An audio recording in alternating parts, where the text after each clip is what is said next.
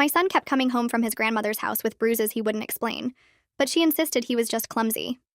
My 6-year-old son Oliver started coming home with bruises every Thursday after spending the day at my mother's house. First it was his forearms, small purple ovals I convinced myself came from playground falls. Then I found 3 parallel welts across his lower back, spaced exactly like fingers. When I asked what happened, he'd go still, eyes fixed on the floor, and whisper, "I don't remember, Mommy." My mother had watched him every Thursday for 2 years since my husband left. She insisted grandmothers were meant to raise grandchildren. Never asked for money. Always had him fed and bathed when I arrived. The perfect arrangement, until 3 months ago. The bruises followed a pattern I didn't want to see. Always his back, upper arms, places clothing would hide. Never his face. Whoever was hurting him knew exactly what they were doing. One Thursday, I found fingerprint bruises wrapped around his bicep, 4 distinct marks and a thumb impression on the inside. I asked if someone grabbed him hard. "Grandma says I bruise easy," he said, like a banana. My stomach dropped. "Grandma said that?" He nodded, then his face crumpled with panic. "Don't tell her I told you." "Please, Mommy. She said if I told, you'd lose your job and we'd live in a box under the bridge." That night, I photographed every mark on his body. 17 bruises in various stages of healing. Yellow ones fading, purple ones fresh. A constellation of evidence I'd been too desperate to see. I called his pediatrician the next morning. Dr. Reyes examined him while I waited outside. When she emerged, her face was professionally neutral, but I caught the tightness around her eyes. "The bruising pattern is consistent with non-accidental injury," she said carefully. "Grab marks. Impact marks with uniform edges, likely from a flat object. Some are deep tissue bruises that would require significant force." "How much force?" "Enough to cause him pain for days." That's when the memories started surfacing. Images I'd buried for 30 years. My mother's hand across my face when I spilled milk. The wooden spoon she kept in the kitchen drawer. How I'd learned to make myself small and silent and invisible. How I'd told myself it was normal, that every mother disciplined like that I deserved it for being difficult. I'd handed my son to my abuser every Thursday for 2 years. I installed a recording app on Oliver's tablet that night. Told him it was a new educational game. The next Thursday, I sent him with the tablet and picked him up at 6 like normal. New bruise on his shoulder blade. My mother offered me coffee and complained about her hip pain. Oliver hugged her goodbye, but I noticed how he turned his body, keeping his injured shoulder away from her grip. That night, I listened with headphones while Oliver slept. The first 2 hours were mundane. Television, lunch, Oliver playing quietly, too quietly for a 6-year-old. Then he asked for a second juice box. "You already had one." My mother's voice turned to ice. Greedy children get corrected. "I'm really thirsty, Grandma." The sound of a slap. Oliver crying. "You want to cry? I'll give you something to cry about. Your mother works herself to death so you can have nice things, and this is how you repay her? Being greedy and selfish?" Another hit, harder. Oliver's crying turned to gasping. "Your mother can't afford daycare. You want her to lose everything because you can't behave? You want to sleep in a shelter?" "No, Grandma." "Then stop crying now." The recording captured 4 more incidents. Hitting him for laughing too loud during her show. For asking to call me. For accidentally stepping on her foot. Each time she reminded him that telling would destroy me. Would make us homeless. Would prove he didn't love his mother. She'd turned my son into her silent victim. The same way she'd turned me into one 30 years ago. I drove to her house at midnight. She smiled when she opened the door, still in her robe. "Is Oliver okay?" I played the recording. Her expression cycled through confusion, anger, and finally cold defiance. "You recorded me in my own home? That's illegal. You beat my son. I discipline him, the way I disciplined you, and you turned out fine." I turned out terrified. I turned out with memories I had to bury just to function.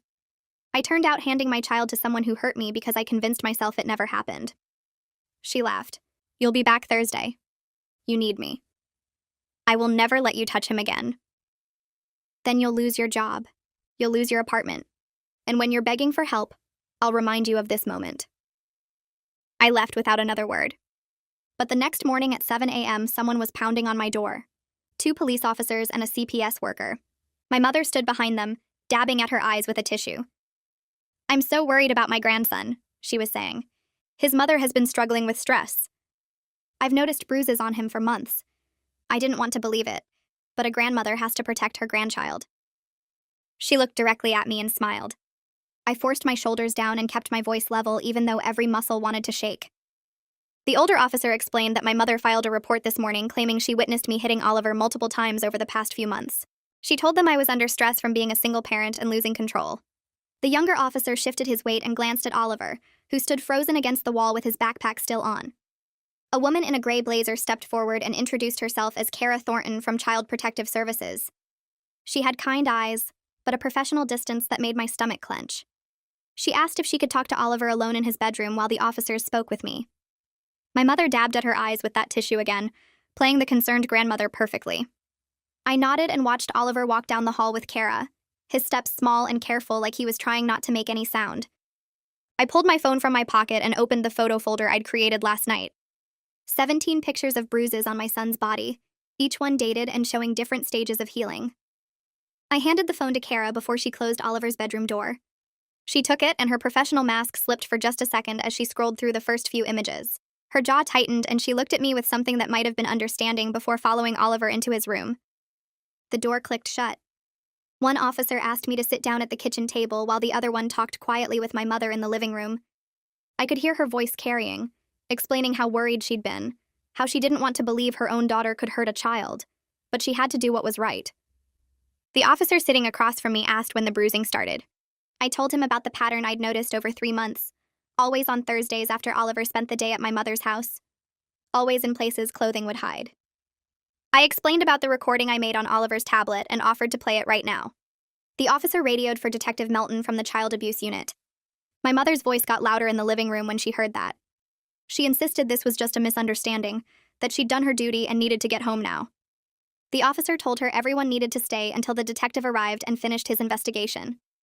She sat down hard on my couch and crossed her arms. I played the recording through my phone's speaker at the kitchen table. The first slap made the officer's expression change completely. My mother's voice came through clearly, cold and sharp, telling Oliver that greedy children get corrected. The sound of Oliver crying, her threats about homelessness and losing everything. The officer listened to all 4 incidents without saying anything, but I watched his hand grip his pen tighter with each one. Detective Melton arrived faster than I expected, maybe 15 minutes after the call. He was tall with gray at his temples and moved with the kind of calm that comes from seeing terrible things regularly. He listened to the entire recording with headphones while standing in my kitchen, his eyes fixed on my mother the whole time. She stared back at him with her chin up, but I saw the moment her confidence started cracking. Her hands twisted that tissue into shreds. When the recording ended, he asked her directly if that was her voice. She said technology could fake anything these days, that I must have manipulated the audio somehow because she never said those things. He asked why Oliver would have bruises that matched the timeline of being at her house every Thursday. She claimed I must have done it myself and blamed her to avoid getting in trouble. Kara came out of Oliver's room holding my phone with the photos still on the screen. She asked if she could examine Oliver physically to document current injuries. Oliver appeared in the hallway behind her, his eyes huge and scared. He looked at me like he was asking permission to exist. I smiled at him and nodded even though my throat felt tight enough to choke me. This was exactly what my mother had done to him, making him afraid of adults looking at his body, teaching him that examination meant punishment was coming. Kara took him into the bathroom and closed the door partway. I heard her gentle voice explaining what she was doing and asking if anything hurt. My mother stood up and announced she'd done her civic duty and needed to leave now.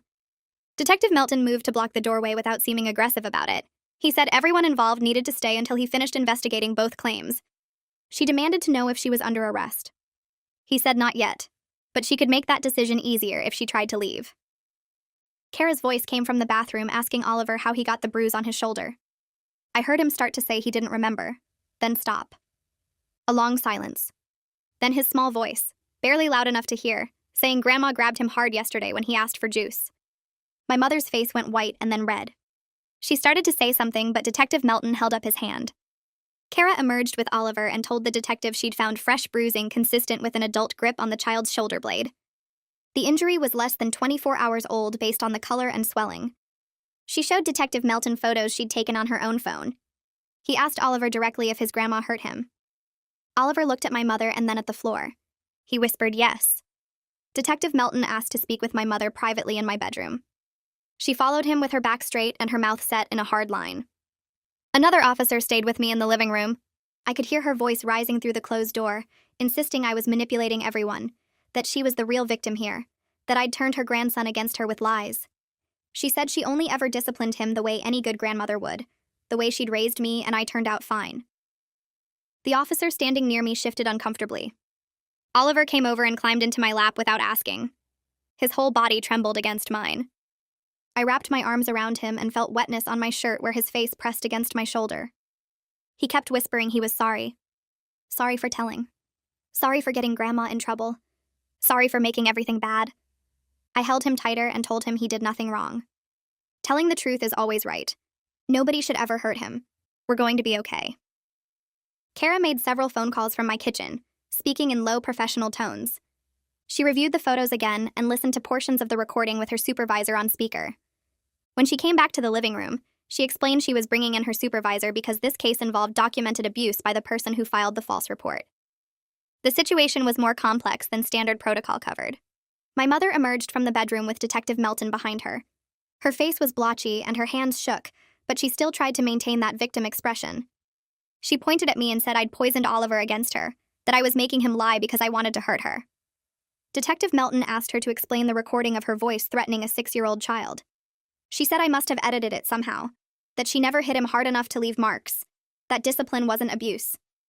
He asked if she was admitting to hitting Oliver. She stopped talking and pressed her lips together. He told her she could come to the station voluntarily for formal questioning, or he could arrest her right now for suspected child abuse and filing a false police report. She chose not to speak. The detective pulled out his phone and showed her the recording app on Oliver's tablet.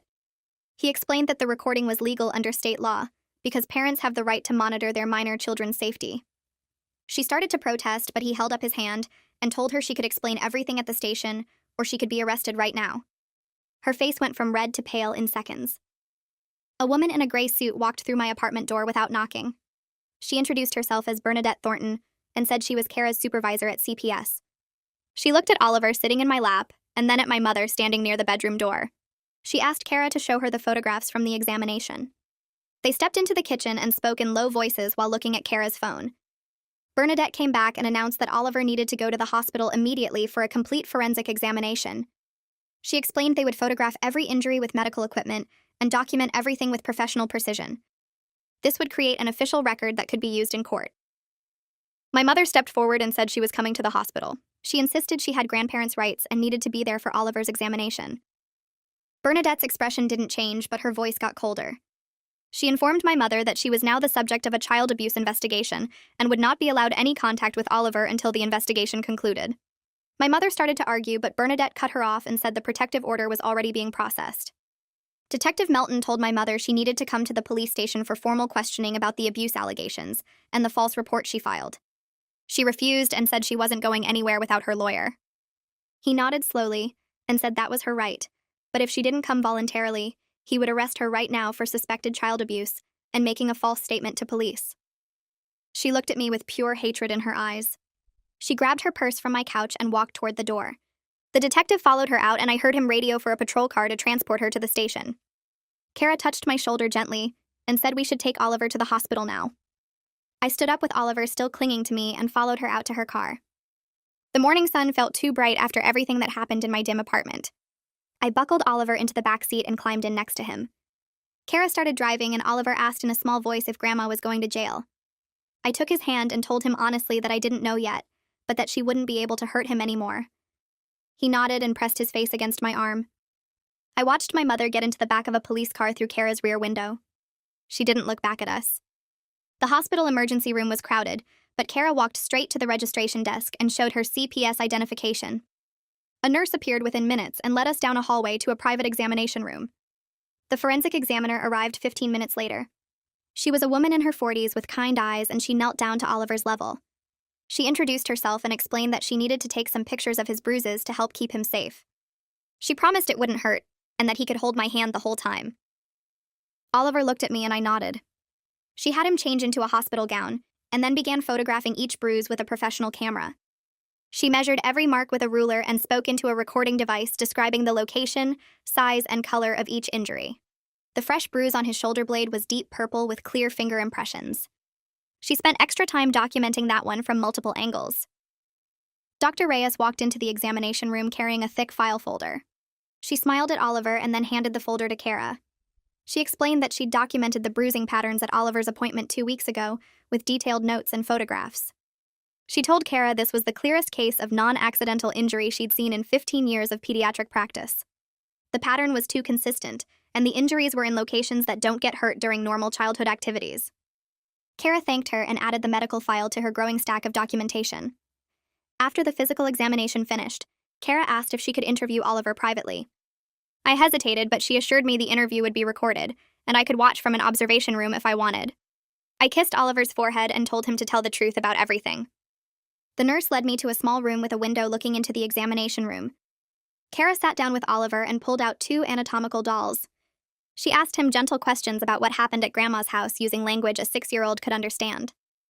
Oliver pointed to the doll's arm and said, "Grandma grabbed him there when he asked for juice." He showed how she hit his back with her hand when he laughed during her show. He demonstrated with the doll how she used a wooden spoon on his legs when he accidentally stepped on her foot. Then he mentioned the hairbrush. Kara asked about the hairbrush, and Oliver said Grandma hit him with it once because his laughing was too loud, and she couldn't hear the TV. He touched the doll's back to show where. I pressed my hand against the window glass and watched my little boy describe his abuse with heartbreaking clarity. The examination took 3 hours total. Oliver fell asleep against my shoulder in the waiting room while Kara finished her paperwork. His body was heavy with exhaustion, and his face looked peaceful for the first time all day. Kara came over and sat down next to me. She said I could take him home now, but someone from CPS would visit tomorrow to check our living situation and make sure we had everything we needed. She handed me her card and told me to call any time if I had questions or concerns. I thanked her and carefully stood up with Oliver in my arms. He didn't wake up even when I buckled him into my car. I drove home slowly, checking on him in the rearview mirror every few seconds. The afternoon sun was starting to set, and I realized we'd been at the hospital since morning. My phone had 17 missed calls from my mother's number. I blocked it before I even got out of the car. I carried Oliver inside, and he stayed asleep the whole way up to our apartment. His body felt heavier than usual, like all the stress had worn him out completely. I laid him on his bed without even taking off his shoes because I didn't want to wake him. The apartment felt quiet in a way it hadn't in months, like something had shifted. I sat on the edge of his bed watching him breathe, his face relaxed and peaceful. My phone buzzed in my pocket. Work. I'd completely forgotten about calling in. I stepped into the hallway and pulled up my supervisor's number. Carly answered on the second ring, and I explained that I had a family emergency and wouldn't be in today. She cut me off before I could finish apologizing and told me not to worry about work right now. She asked if everything was okay and if there was anything she could do to help. I thanked her and said I'd explain more when I came back. She told me to take care of my son first, and that my job would be waiting whenever I was ready. I hung up feeling grateful that at least one thing in my life wasn't falling apart. Oliver woke up around dinner time. I made him mac and cheese from a box because it was his favorite, and I wanted him to feel safe. He sat at our small kitchen table pushing the noodles around with his fork. Finally, he looked up at me with those big worried eyes. He asked if he had to go back to Grandma's house on Thursday. My chest tightened. I got down on my knees next to his chair so we were eye level. I promised him he would never have to go there again. I told him I would find another way to take care of him on my work days. He asked how because I couldn't afford daycare. I said I didn't know yet, but I would figure it out because keeping him safe was the most important thing. He nodded and went back to eating his mac and cheese. He finished the whole bowl, which was more than he'd eaten in weeks. That night, I tucked him into bed and read him 2 stories. He fell asleep halfway through the second one. I was exhausted, but I couldn't sleep. I kept thinking about my mother standing behind those police officers with her fake tears and her smile. Around midnight, I finally drifted off. Oliver's scream woke me at 2 a.m. I ran into his room and found him sitting up in bed crying. He asked if Grandma knew where we lived. I turned on his nightlight and sat on the bed with him. I told him yes, she knew where we lived, but she wasn't allowed to come here. He asked if she could get in. I promised him I would keep the door locked and she couldn't get in without my permission. He cried harder and said Grandma told him she could take him away anytime she wanted. I held him close and explained that Grandma lied to scare him, but it wasn't true. He fell back asleep in my arms. The same thing happened again at 4 a.m. and then again at 5:30. Each time he woke up terrified, asking the same questions about whether Grandma could find him or take him away. By 6 a.m, we were both exhausted, and I gave up on sleep. I made pancakes for breakfast and let Oliver watch cartoons even though it was a school day. He needed normal and safe more than he needed second grade. Someone knocked on the door around 9. I looked through the peephole and saw Kara standing there with another woman in business clothes. I let them in, and Kara introduced the other woman as another CPS worker who was there to inspect our living situation. They walked through the apartment checking everything. They looked at Oliver's bed and his toys. They opened the fridge and cabinets to see what food we had. They asked about our daily routine and how I normally supervised Oliver. The other woman wrote notes on a clipboard while Kara asked questions. Oliver sat on the couch watching them nervously. After about 30 minutes, they finished their inspection. Kara told the other woman she could wait in the car. Once we were alone, Kara sat down on the couch next to me. She explained that based on all the evidence they'd collected, CPS was filing for emergency protective custody. This would legally prevent my mother from having any contact with Oliver. She said the forensic evidence from the hospital, plus the recording, plus the medical documentation from Dr. Reyes, made this one of the strongest cases she'd ever handled. She handed me papers to sign giving permission for the protective order. I signed them immediately. Kara promised me that my mother wouldn't be able to get near Oliver while this was processed. She stood up to leave and reminded me to call if I needed anything. Oliver ran over and hugged my leg as soon as the door closed behind her. My phone rang that afternoon. Detective Melton. He told me my mother had been questioned for 4 hours yesterday at the police station. She eventually admitted to hitting Oliver but claimed it was normal discipline. The way she was raised, the way she raised me. He said they were charging her with child abuse and also with filing a false police report. The charges would be formally filed within the next few days. He asked if I was doing okay, and I said yes, even though I wasn't sure. He told me to expect my mother's lawyer to reach out and warned me not to talk to them without my own lawyer present. I thanked him and hung up. I sat on the couch staring at my phone. Part of me still couldn't believe my own mother would hurt Oliver the same way she hurt me. I'd spent 30 years convincing myself it wasn't that bad, that I'd exaggerated it in my memory, that she'd done her best. But the recording didn't lie. The bruises didn't lie. Oliver's fear didn't lie. I started crying and couldn't stop. All those years of telling myself I was fine, that I'd turned out okay, that it was just how things were back then. I'd been lying to myself while handing my son to his abuser every single Thursday. Kara called to check on me and heard me crying. She gently suggested I might benefit from therapy to process my own childhood trauma. I said I'd think about it. She reminded me that taking care of myself would help me take care of Oliver better. After we hung up, I sat there thinking maybe she was right. A text message came through from a number I didn't recognize. It said it was my mother's lawyer and asked if we could talk about dropping the charges and working this out as a family. I stared at the message, feeling anger rise up in my chest. I blocked the number immediately and then forwarded the screenshot to Detective Melton with a note explaining what happened. He texted back within minutes saying he'd document the contact and that I'd done the right thing by not responding. The next day, Carly called from work to check on me. She asked how Oliver was doing, and I told her everything was complicated, but we were managing. She said she had a teenage daughter who babysat, and she'd be happy to have her watch Oliver on Thursdays at a reduced rate since she knew money was tight for me as a single parent. I felt tears spring to my eyes at the kindness. I asked if she was sure, and Carly insisted that her daughter Madison needed the experience and loved kids. We made plans for me to meet Madison that weekend. Saturday afternoon, I drove Oliver to Carly's house. Madison answered the door with a big smile. She was 16 with her hair in a ponytail, and she immediately crouched down to Oliver's level to introduce herself. She told him she was CPR certified and showed him her card, which made him giggle. Oliver was shy at first, hiding behind my legs. Madison suggested they could build a blanket fort in the living room while I talked to her mom.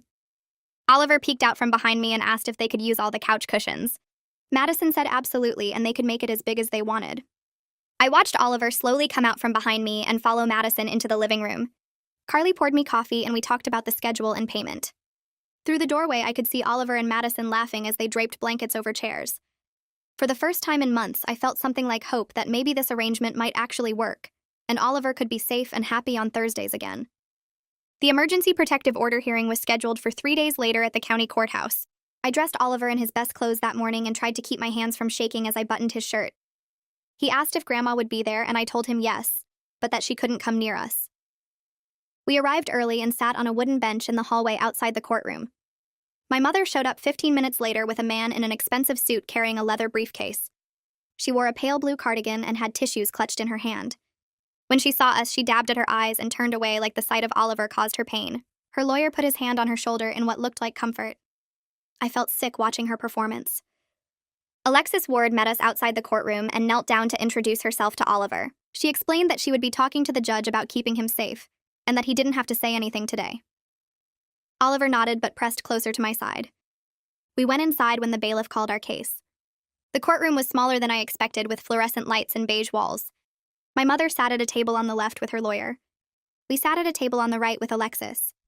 The judge was a woman in her 50s with gray hair pulled back in a bun. She looked tired. Alexis stood and began presenting the evidence. She showed the judge the photographs I'd taken of Oliver's bruises on her laptop. 17 different injuries in various stages of healing. She explained the timeline of when each photo was taken. Then she played portions of the recording I'd made. My mother's voice filled the quiet courtroom, threatening Oliver about homelessness and hitting him for asking for juice. I watched the judge's expression change from neutral to disturbed. Several people in the gallery shifted in their seats. Oliver buried his face against my arm. Alexis submitted the medical documentation from the hospital forensic exam. She read excerpts from the report describing grab marks and impact injuries requiring significant force. She presented a written statement from Dr. Reyes, explaining that the bruising pattern was consistent with intentional abuse rather than accidental injury. The whole presentation took less than 20 minutes. My mother's lawyer tried to interrupt twice, but the judge told him to wait his turn. When Alexis finished, the judge asked my mother's lawyer if he had anything to present. He stood and argued that the recording was obtained illegally without consent in a private home. The judge cut him off and said parents have the right to monitor their children's safety. He tried again, saying this was a misunderstanding about different generational approaches to discipline. The judge looked at him over her reading glasses and asked if he'd listened to the same recording she just heard. He sat down. The judge reviewed the evidence for what felt like forever, but was probably only 5 minutes. Then she looked up and said she was granting the emergency protective order immediately. My mother was prohibited from any contact with Oliver or me for 6 months pending the criminal trial. No phone calls, no messages, no third-party contact. She couldn't come within 500 feet of our home, my workplace, or Oliver's school. My mother's lawyer stood up quickly and asked about supervised visitation. He said grandparents have rights, and that completely cutting off contact would harm Oliver. The judge said the evidence showed contact with the grandmother was what had been harming Oliver, and that his safety was the only consideration that mattered. Request denied. My mother shot to her feet so fast her chair scraped loudly across the floor. She pointed at me and shouted that I was going to regret this, that I'd come crawling back when I couldn't afford childcare, that she'd make sure everyone knew what a terrible mother I was for keeping a child from his grandmother. Her lawyer grabbed her arm, trying to get her to sit down, but she kept yelling. The judge banged her gavel 3 times and warned my mother that any violation of the protective order would result in immediate arrest. She told the bailiff to escort my mother out if she didn't control herself. My mother finally stopped yelling, but her face was red and her hands were shaking. She stared at me with pure hatred. Then she looked at Oliver and her expression changed to something that looked like sadness but felt wrong. Oliver's hand squeezed mine so tight it hurt. We watched her lawyer lead her toward the exit. She turned back once at the door and mouthed something I couldn't make out. Then she was gone. That afternoon, I took Oliver to meet Chelsea Perkins at her office in a building downtown. The waiting room had toys and children's books scattered around. Chelsea came out to greet us with a warm smile. She was younger than I expected, maybe early 30s, with curly brown hair and kind eyes. She shook Oliver's hand seriously like he was an adult and asked if he wanted to see her office. He looked at me and I nodded. They disappeared down a hallway together. I sat in the waiting room for 45 minutes reading the same magazine page over and over without absorbing any words. When they came back, Oliver was holding a small stuffed bear. Chelsea explained that Oliver could keep it and bring it to sessions. She asked if I could stay for a few minutes to talk. Oliver went back to the waiting room with the receptionist who offered him crackers and juice.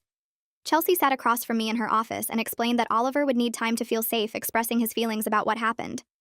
She said the first several sessions would focus on play therapy and building trust. She told me Oliver was showing signs of trauma, including being very alert to adult moods and trying hard to please everyone. She called it hypervigilance and people-pleasing behaviors. She said these were normal responses to abuse, but that with consistent therapy and a safe environment, Oliver could heal. I asked how long it would take.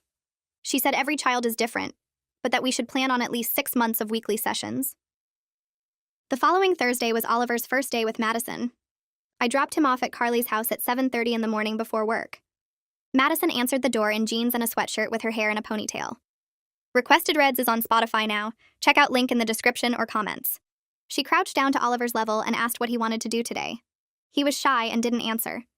She suggested they could make cookies or build with blocks or play outside if it wasn't too cold. He whispered that he liked cookies. She grinned and said chocolate chip cookies were her specialty. I picked him up at 6 that evening after work. Oliver ran to the door when I knocked and hugged my legs. He told me excitedly about the cookies they made and the game they played where you had to hop on one foot. Madison had let him lick the spoon. They'd watched a movie about talking animals. He talked the whole drive home without stopping. I realized he was smiling more than he had in months. The tight knot in my chest loosened just a little. 2 weeks later, I was eating lunch at my desk when security called to say someone was trying to get into the building to see me. I went down to the lobby and found my mother standing by the reception desk arguing with the security guard. She saw me and started walking toward me. The guard stepped in front of her. She shouted that she had a right to see her daughter, and that this was ridiculous. I pulled out my phone with shaking hands and called Detective Melton. He answered on the second ring. I told him my mother was at my workplace violating the protective order. He said he'd send officers immediately and to stay away from her. The security guard was already escorting my mother toward the exit. She kept turning back to yell at me. She screamed about grandparents' rights and how I was poisoning Oliver against her. She said I'd be sorry when I needed help. Other people in the lobby were staring.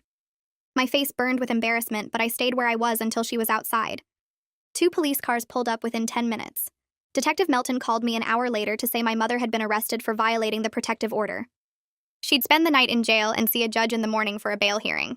He said this violation would strengthen the case against her, and that I'd done the right thing by calling immediately. I went back to my desk but couldn't focus on work for the rest of the day. My mother posted bail the next morning. Alexis called to tell me and mentioned that my mother's lawyer had contacted her office to complain. He'd said I was being vindictive and that this was tearing the family apart.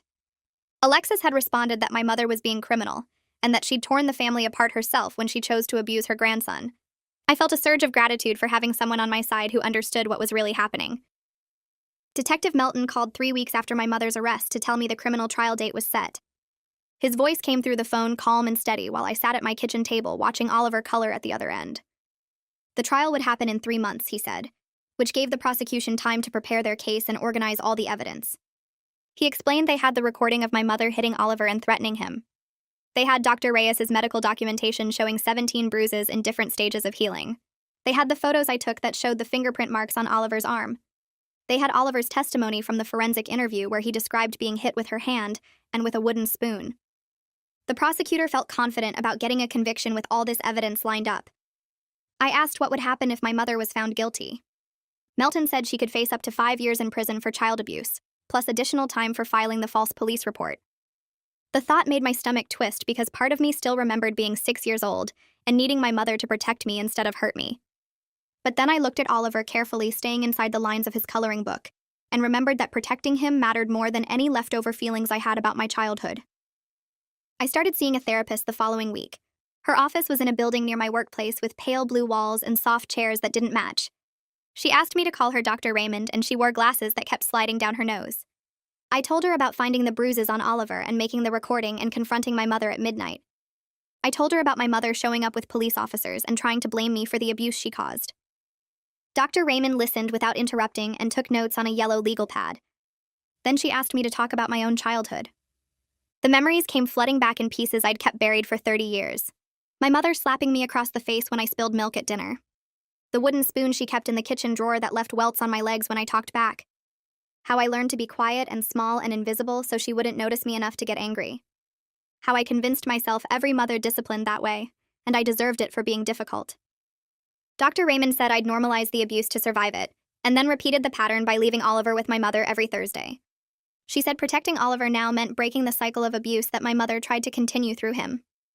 I cried in her office for 20 minutes while she handed me tissues and waited patiently. She said we'd work together to help me process the trauma, so I could be the mother Oliver needed without carrying the weight of what my mother did to me. Oliver had his weekly therapy session with Chelsea the next afternoon. I dropped him off at her office, which had toys scattered across the floor and drawings taped to every wall.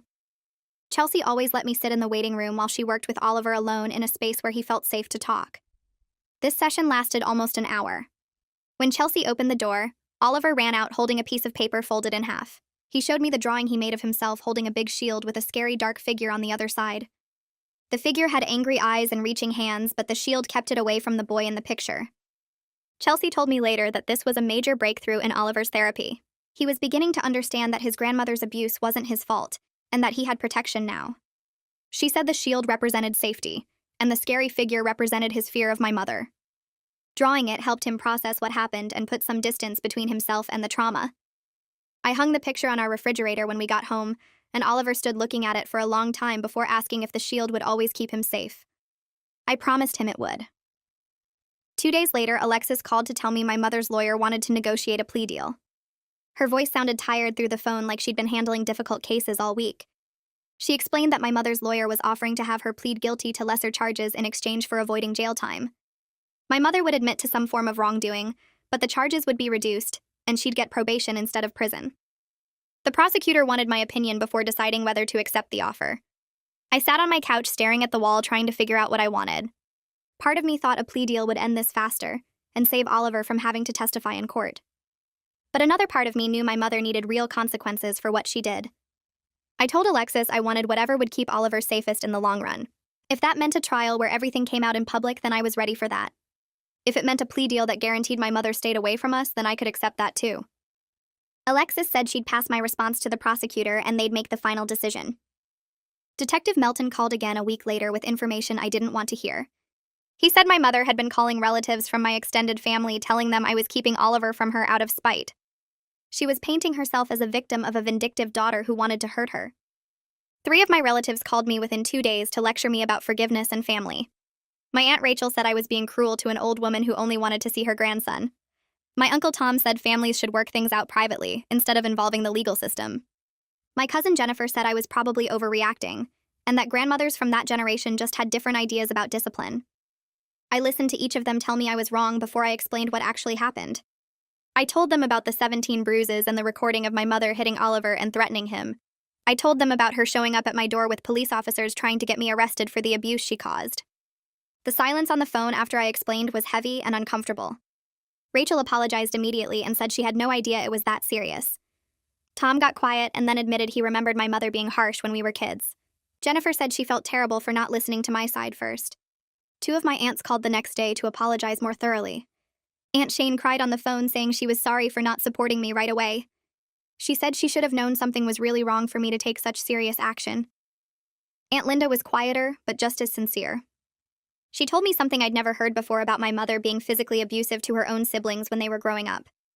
Linda said my mother was the oldest of 5 kids, and she used to hit her younger brothers and sisters when their parents weren't watching. Everyone just accepted it as normal back then, because that's how families worked in the 1960s. Nobody talked about abuse or got help. They just survived and moved on and pretended everything was fine. Linda said she'd spent years in therapy dealing with what my mother did to her as a child. Hearing this made me realize the cycle of abuse went back even further than I knew. My mother learned to hurt people because nobody ever stopped her or taught her better. But I was stopping it now before it damaged Oliver the way it damaged me and Linda, and probably others in the family who never spoke up. The prosecutor called Alexis a few days later to say they decided not to offer a plea deal after all. My mother had given an interview to a local news station claiming she was the victim of a vindictive daughter who wanted revenge for childhood discipline. She sat in her living room looking frail and sad while telling the reporter that modern parents were too soft and didn't understand traditional values. She said I was punishing her for raising me with structure and consequences. The interview was supposed to make people sympathize with her, but it backfired completely. She came across as entitled and cold with no remorse for hurting Oliver. She never once said she was sorry or admitted she might have gone too far. The prosecutor watched the interview and decided my mother wasn't someone who deserved leniency. Alexis said this actually helped our case because it showed my mother's true character to anyone who might serve on the jury. Oliver asked me a question one night while I was tucking him into bed that I didn't know how to answer.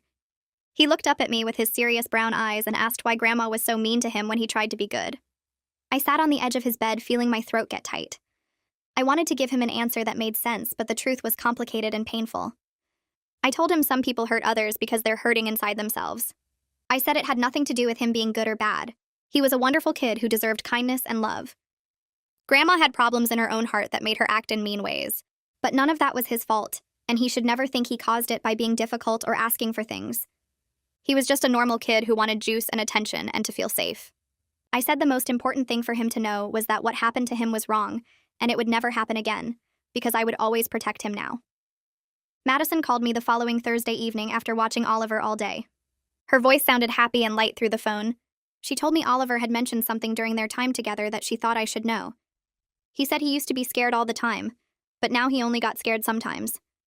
Madison said this seemed like real progress to her. She also mentioned he'd been laughing more during their Thursdays together and seemed like a normal, happy kid most of the time. They'd played games in the backyard that afternoon, and he'd run around making silly noises and pretending to be a dinosaur.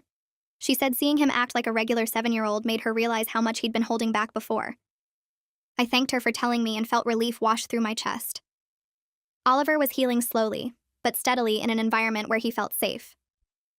Chelsea called me 2 days later to give me an update on Oliver's progress in therapy. She said his trauma symptoms were improving significantly with the consistent therapy sessions and the stable, safe environment at home. He was sleeping better through the night without as many nightmares. He was more willing to talk about his feelings instead of shutting down when something bothered him. He was showing appropriate emotional responses to situations instead of the flat affect he'd had when therapy started. Chelsea said she was really pleased with how far he'd come in just a few months. She recommended we continue the weekly therapy sessions for at least 6 more months to make sure the progress stuck and to help him process everything that would happen during the trial. I agreed immediately because I wanted Oliver to have every possible support as we moved forward. The criminal trial started on a cold December morning. I walked into the courthouse with Alexis beside me, her hand on my shoulder as we passed through the metal detectors. The building smelled like old wood and floor cleaner. My mother sat at the defense table in a navy blue dress that made her look like somebody's sweet grandmother. She didn't look at me when I entered. The prosecutor called me to the stand first. I placed my hand on the Bible and swore to tell the truth. My voice shook when I started talking about the first bruises I found on Oliver's arms. I described photographing all 17 marks on his body that Thursday night, how some were yellow and fading while others were fresh purple. The prosecutor asked me to explain how I made the recording. I told the jury about installing the app on Oliver's tablet and sending him to my mother's house one more time. My hands trembled when they played clips of the recording in court. Hearing my mother's voice again made my stomach turn. The prosecutor asked about my own childhood. I hadn't planned to talk about it, but the words came out anyway. I described the wooden spoon she kept in the kitchen drawer, how she'd hit me across the face for spilling milk, how I learned to stay quiet and small and invisible, how I convinced myself for 30 years that it was normal discipline, that I deserved it, that every mother raised children that way. The defense lawyer asked if I had any proof of my childhood abuse. I said no, just memories I'd buried until I saw the same thing happening to my son. He suggested I might be projecting my feelings onto a normal grandparent relationship. I looked directly at the jury and said the bruises on Oliver's body weren't my feelings. They were evidence. Oliver testified the next day through closed-circuit TV from a room down the hall. I watched him on the screen in the courtroom, sitting in a chair that made him look even smaller than he was. The prosecutor asked gentle questions about his Thursdays at Grandma's house. Oliver's voice came through the speakers, quiet but clear. He described being hit with her hand and with a wooden spoon. He said she told him I would lose my job if he told anyone, that we'd have to live in a box under a bridge, that it would be his fault for being bad. He started crying when he talked about asking for a second juice box and getting slapped. The prosecutor asked if anyone ever told him to lie about what happened. Oliver shook his head and said Grandma told him to say he didn't remember if anyone asked about bruises. I watched my mother's face on the other side of the courtroom. She stared at the screen with no expression at all. When Oliver finished testifying, I wanted to run to him, but Alexis told me to wait until the court took a break. I found him in the small room with the victim advocate. He threw his arms around my waist and asked if he did okay. I knelt down and told him he was so brave, that I was proud of him, that it was almost over. Dr. Reyes took the stand after lunch. She brought enlarged photos of Oliver's bruises that she projected on a screen for the jury. She pointed out the patterns with a laser pointer, explaining how grab marks show 4 fingers on one side and a thumb on the other. She described impact bruises from flat objects versus round objects. She talked about the force required to create deep tissue bruising in a 6-year-old child. The defense lawyer asked if children could get similar bruises from playground accidents. Dr. Reyes said no, not in these patterns, not in these locations, not with this frequency. She'd been a pediatrician for 15 years and had seen thousands of childhood injuries. These bruises were absolutely consistent with intentional abuse. The defense lawyer tried to suggest that some children bruise more easily than others. Dr. Reyes agreed that was true, but said it didn't explain the pattern, the locations, or the different stages of healing. She said Oliver's bruises told a clear story of repeated intentional harm over a period of months. When she stepped down, I saw 2 jury members looking at my mother with disgust on their faces. My mother took the stand the next morning. Her lawyer had her describe her relationship with Oliver, how she'd watched him every Thursday for 2 years. She talked about how much she loved her grandson, how she only wanted what was best for him. She said she believed in old-fashioned discipline, the kind that built character and taught children respect. Her lawyer asked about the recording. She admitted she'd disciplined Oliver but said it was never abuse, just correction. She said children today were spoiled and needed firm guidance. She looked at the jury and said she raised her own daughter the same way, and I turned out fine. The prosecutor stood up for cross-examination. He asked her to define the difference between discipline and abuse. She said discipline was done out of love. He asked if threatening a 6-year-old with homelessness was love. She said she was teaching him about consequences. He asked if hitting a child hard enough to leave bruises for days was love. She said sometimes children needed to understand that actions have results. He played the recording of her hitting Oliver for asking for juice. Her voice filled the courtroom, cold and angry, telling him greedy children get corrected. The sound of the slap. Oliver crying, her voice getting harder, telling him to stop crying or she'd give him something to cry about. Several jury members looked away from her. One woman in the front row had tears running down her face. When the recording ended, the prosecutor asked my mother if that was love. She pressed her lips together and didn't answer. The prosecution played the full recording the next day. The courtroom went completely silent except for my mother's voice coming through the speakers. Every incident was there. Hitting Oliver for laughing during her show. Hitting him for asking to call me. Hitting him for stepping on her foot by accident. Each time she reminded him that telling would destroy me, that we'd lose everything, that he'd be responsible for making us homeless. The recording lasted 40 minutes. I watched the jury members' faces change as they listened. Shock, anger, disgust. One man shook his head slowly back and forth. When it ended, nobody moved for several seconds. The prosecutor let the silence sit. Then he asked the jury to remember that voice the next time they looked at the woman sitting at the defense table in her nice dress, trying to look like a loving grandmother. My mother stared straight ahead with her hands folded on the table. She showed nothing on her face. The defense lawyer stood up and objected to the recording being used as evidence. He argued it was taken without my mother's knowledge or consent in her own home. He said it violated her privacy rights and shouldn't be allowed in court. The judge asked the prosecutor to respond. He said parents have the legal right to record their minor children's environments for safety purposes. He said the recording was made to protect Oliver from suspected abuse, which is exactly what the law allows. The judge took 10 minutes to review the legal precedent. Then he ruled that the recording was admissible. He said parental rights to protect children outweigh privacy expectations when abuse is suspected. The defense lawyer tried to argue further, but the judge cut him off. The recording would stay. I saw my mother's lawyer lean over and whisper something to her. She shook her head sharply. Closing arguments happened the following afternoon. The prosecutor stood in front of the jury and summarized the evidence. The photos showing 17 bruises in various stages of healing. Dr. Reyes's expert testimony that the patterns were consistent with intentional abuse. Oliver's testimony about being hit and threatened. The recording of my mother's own voice admitting to the abuse while it was happening.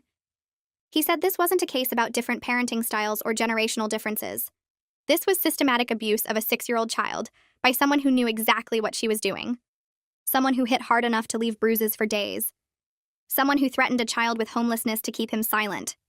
Someone who then tried to blame the child's own mother when she got caught. He asked the jury to listen to that recording one more time in their minds and think about what kind of person does that to a 6-year-old who just wanted juice. The defense lawyer's closing argument was weak. He tried to paint my mother as a traditional grandmother from a different generation who believed in firm discipline. He suggested the case was a family dispute blown out of proportion by an overly sensitive daughter. He said children were tougher than we gave them credit for, that a little discipline never hurt anyone. 3 jury members crossed their arms when he said that. He finished quickly and sat down. I could tell he knew he'd lost. The jury left to deliberate at 2 p.m. Alexis told me it could take hours or even days. We went to a coffee shop across the street to wait. I couldn't drink anything. My stomach felt like it was tied in knots. Madison texted me to ask how it was going.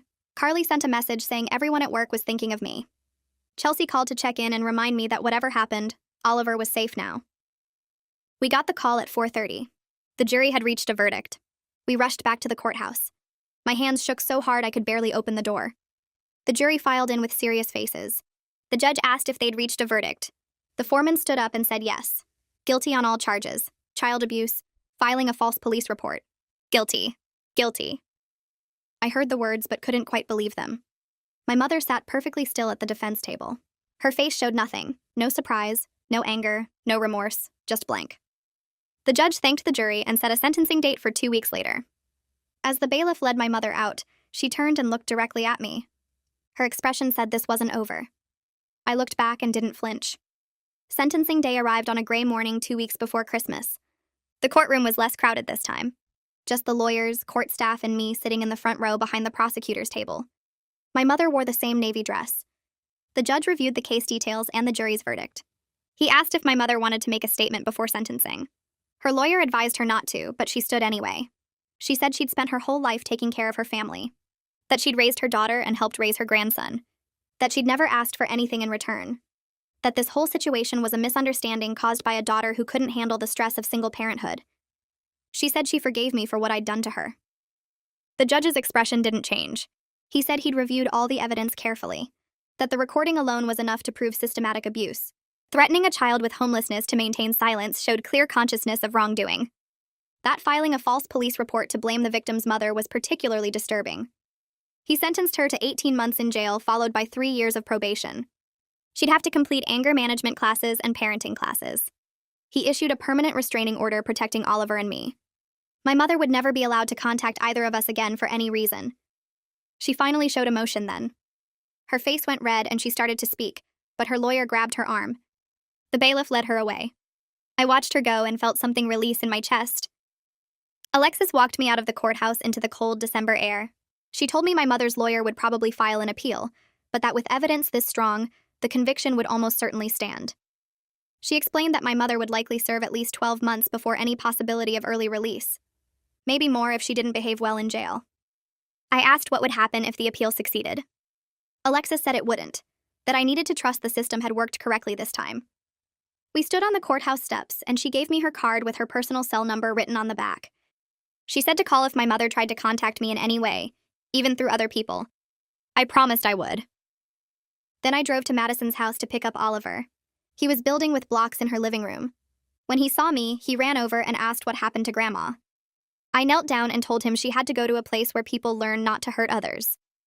He thought for a moment, then said he hoped she learned to be nice. I hugged him tight and thought about how he could still hope for her to change when I'd given up on that possibility 30 years ago. His words settled in my chest like something warm. I held him close and thought about the woman I'd been just months ago, the one who ignored bruises and convinced herself everything was fine. That version of me wouldn't recognize the person sitting here now, the one who'd fought back and won. Oliver wiggled free and returned to his blocks, humming a song from the school. I watched him build a tower, knock it down, start again without frustration. The simple joy of a kid being a kid. December crept up faster than I expected. The apartment felt colder than usual, and I kept the heat low to save money. Legal fees had drained my savings account to almost nothing. Therapy costs added up every week. I sat at my kitchen table one night after Oliver went to bed, staring at bills spread across the surface like accusation letters. Rent was due in 8 days. I had enough to cover it, but nothing left for groceries or gas. My credit card was maxed out from the lawyer's retainer. I put my head in my hands and tried not to panic. The next morning at work, Carly called me into her office. She closed the door and handed me an envelope. Inside was a stack of cash and a card signed by everyone in our department. She explained that she'd told people I was dealing with a family emergency and legal costs, and they'd all wanted to help. The collection totaled $1,400, enough for 2 months of rent. I started crying right there in her office, ugly tears that made my nose run. Carly handed me tissues and told me I'd earned this kindness by being a good coworker and a brave mother. She said everyone admired what I'd done to protect Oliver. I tried to thank her but couldn't get words out past the lump in my throat. She hugged me and said to pay it forward someday when I was back on my feet. Thursday afternoons became something different after that. Madison started coming over at 3 when Oliver got home from the school. The first week, they made chocolate chip cookies from scratch. Oliver came running to show me when I got home, his face smeared with chocolate and his smile huge. The second week, Madison took him to the park and pushed him on the swings until he laughed so hard he got hiccups. The third week, they played board games at our kitchen table, and Oliver won at Candyland 3 times in a row. One Thursday in late December, Oliver told me something that made my heart squeeze. He said Thursdays used to be his worst day because he knew he had to go to Grandma's house. Now they were his favorite day because Madison always had fun stuff planned and he never felt scared. I hugged him and told him every day should feel safe and happy from now on. He nodded against my shoulder and asked if we could have pizza for dinner. Chelsea scheduled a joint session with Oliver and me in mid-December. She had Oliver draw pictures while we talked, keeping him busy but present. She told me he'd made remarkable progress over the past few months. His nightmares had decreased to maybe once a week instead of nightly. He was showing healthy attachment behaviors, asking for comfort when upset instead of hiding his feelings. His emotional expression had become age-appropriate, crying when hurt but recovering quickly. She said his play patterns in therapy showed a kid processing trauma in healthy ways. She recommended reducing our sessions from weekly to every other week. Oliver could continue improving with less frequent check-ins now that he felt secure. I asked if the progress would last or if he might backslide. Chelsea said trauma could resurface during stress or transitions, but Oliver had strong coping skills now and a stable support system. She expected him to keep healing as long as his environment stayed consistent and safe. My own therapy sessions became harder as Christmas approached. I'd been seeing someone since right after the trial, working through my own childhood memories that kept surfacing. One session, I broke down completely, sobbing about how I should have seen what was happening sooner. How I'd handed Oliver to my mother every Thursday for 2 years while she hurt him. How I was supposed to protect him and I'd failed. My therapist let me cry it out, then spoke carefully. She reminded me that I took action the moment I saw clear evidence. That recognizing abuse when you've been conditioned to accept it as normal takes tremendous strength. That I'd broken a generational cycle of violence by refusing to minimize what happened. She said my mother had spent 30 years teaching me not to trust my instincts, and I'd overcome that programming to save my son. The guilt would fade with time as I kept proving to myself that I was a good mother. I left that session feeling lighter, but exhausted. 3 months after the trial, Oliver turned 7. I planned a birthday party at our apartment with his school friends, Madison, Carly, and her family, and my 2 supportive aunts. I bought decorations from the dollar store and baked a cake from a box mix. Oliver wanted a superhero theme, so everything was covered in capes and masks. 8 kids showed up, running around our small living room and playing games Madison organized. Carly brought pizza and her husband handled the music. My aunts arrived with presents they'd wrapped carefully. Oliver opened gifts surrounded by people who loved him, his face glowing with excitement over action figures and books. When it was time for cake, everyone sang happy birthday. I lit 7 candles and told Oliver to make a wish. He squeezed his eyes shut, thought hard, then blew them all out in one breath. Later, Madison told me what he'd wished for. He said he wanted every day to be this happy. I had to excuse myself to the bathroom to cry for a minute. When I came back out, Oliver was showing his friends how to pose like superheroes, and the apartment was full of laughter. The letter arrived on a Tuesday in January, plain white envelope with the county jail's return address. I stared at it for a long time before opening it. Inside, my mother's handwriting covered 3 pages.